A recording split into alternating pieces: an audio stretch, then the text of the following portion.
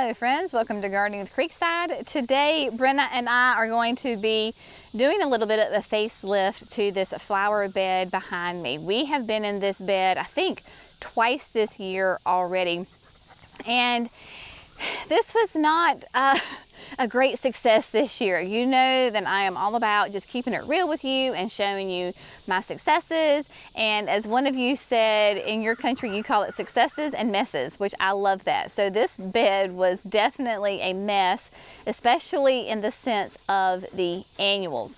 This flower bed is right alongside our driveway, so it really is the first bed that you're going to see when you're coming to the house. It has a mixture of some great shrubs in there, and then this year we added a lot more annuals. So I had caladiums in here, they are still in here.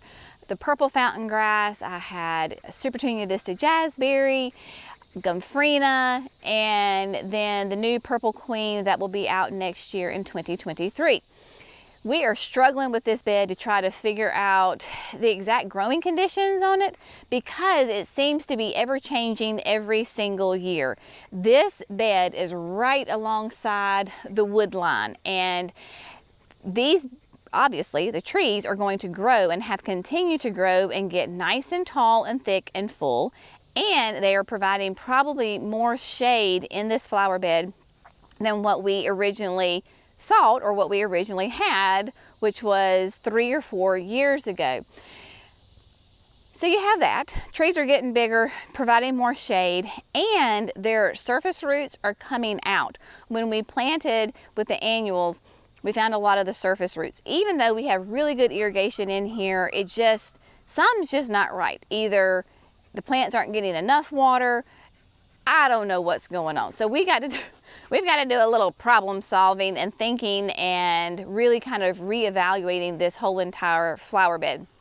I do know that this winter Jerry and I want to come in here and thin out some trees, and just because there's a beautiful section of woods behind this that have some huge mature oak trees and pine trees, so we want to kind of get all the understory out, get the little scraggly trees out so that the big trees can grow, and then plant that area back there as a woodland forest. So there's a lot going on.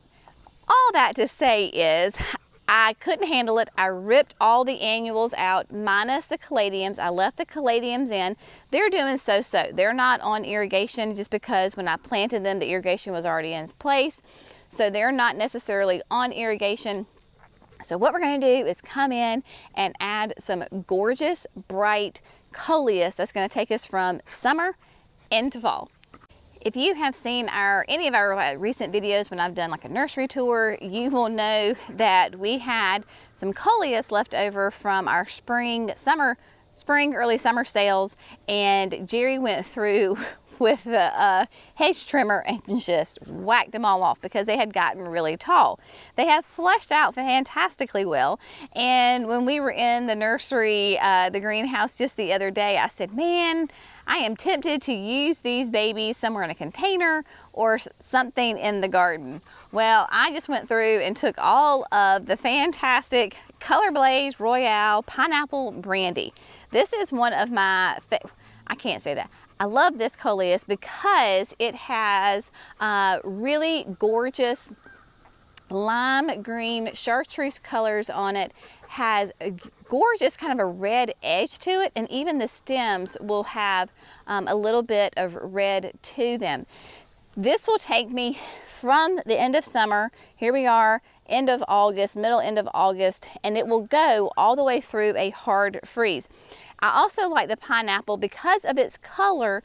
This will bring some brightness to this bed because the woods are right here. Obviously the woods are darker. We need something that really pops. I was going to use Wicked Witch and then put some lemon coral sedum underneath it. When I went to go grab the Wicked Witch, I saw the pineapple brandy and I was like, yep, that is what we're going to do. So I have 28 plants. They are the grande containers. They are ready to get out of these pots. Brenna is sitting here beside of me, anxiously awaiting 28 pots coming her way. If you're familiar with Brenna, she does know that she gets the empty pots and has the best time playing with them. I'm gonna fill in really this area right here. I'm gonna concentrate my color here. I'm not gonna go all the way down the bed. That's just a little bit more than I wanna do. And just to give me a nice big solid pop of color in this pocket right here. And then the rest of it will be fine. Then come this winter, really, we will seriously reevaluate this bed. Do we put perennials in here? Do we put more shrubs? Do we want to put annuals in here? If so, we've got to figure out exactly what's the best method for making sure that they flourish in this space. I've got my power planter auger, and since I am using all of the same plant, I'm not going to place them out. I'm just going to use my power planter and aug my holes. This is the 5-inch drill bit on it. Will be perfect for these grande containers. And then I've got the Proven Winners time release fertilizer. That's what I'll use. So I'll shake it down in the bottom of the hole and then come in and put all the pineapple brandies in there. So I am going to start grabbing the drill and drilling some holes.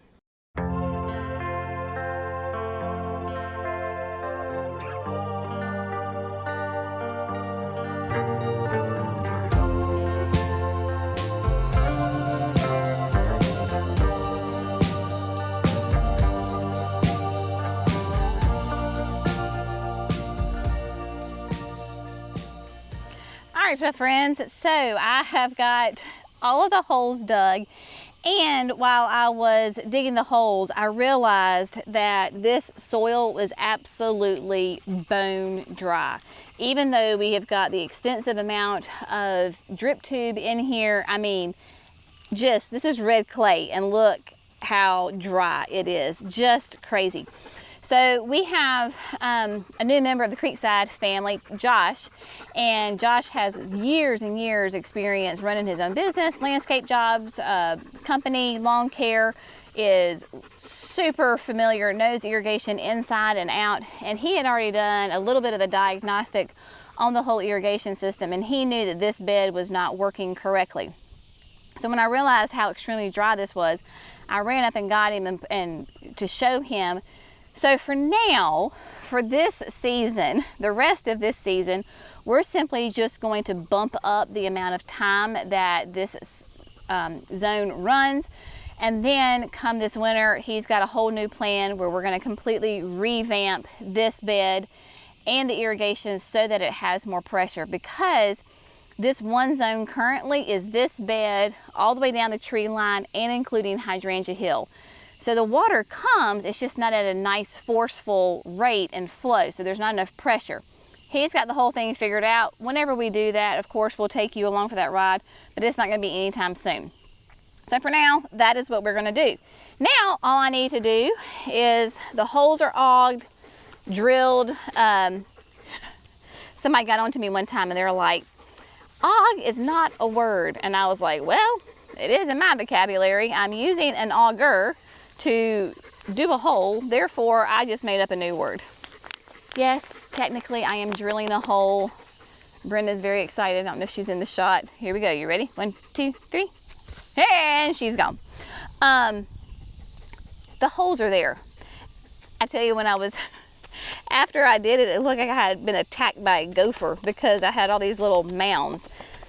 These pineapple brandies are very root bound because they have been in those grande pots for quite a long time. Not a problem. That's why I'm just going to use my Hori to break them up. Really simple. This is why we love annuals. Plop them in, bring back the soil, and boom. You can throw some annuals in the ground super fast when you are just knocking it out. Brenda is going to be an extremely happy dog because I've got 28 I've got 28 grande pots for her to come and attack and destroy. I just need to teach her how to pick up all her mini little pieces that she's going to have so that I don't have to go clean up after her. One thing at a time though. So I'm just going to sit here, break up these roots, get them out of their pots, get them into the ground.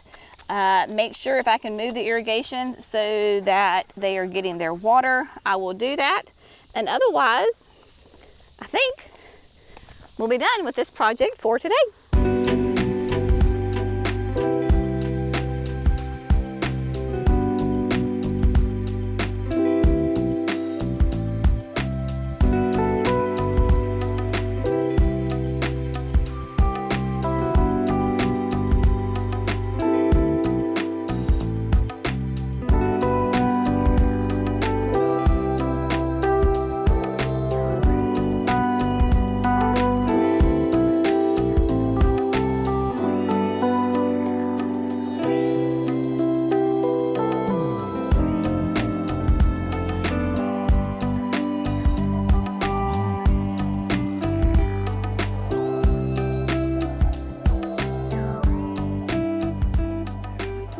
Today's project is now complete, and I know maybe right now it's not so impressive because, well, the plants, you know, they're not gorgeous and huge, and it's not full, it's not a ta-da moment, it's not like the big reveal.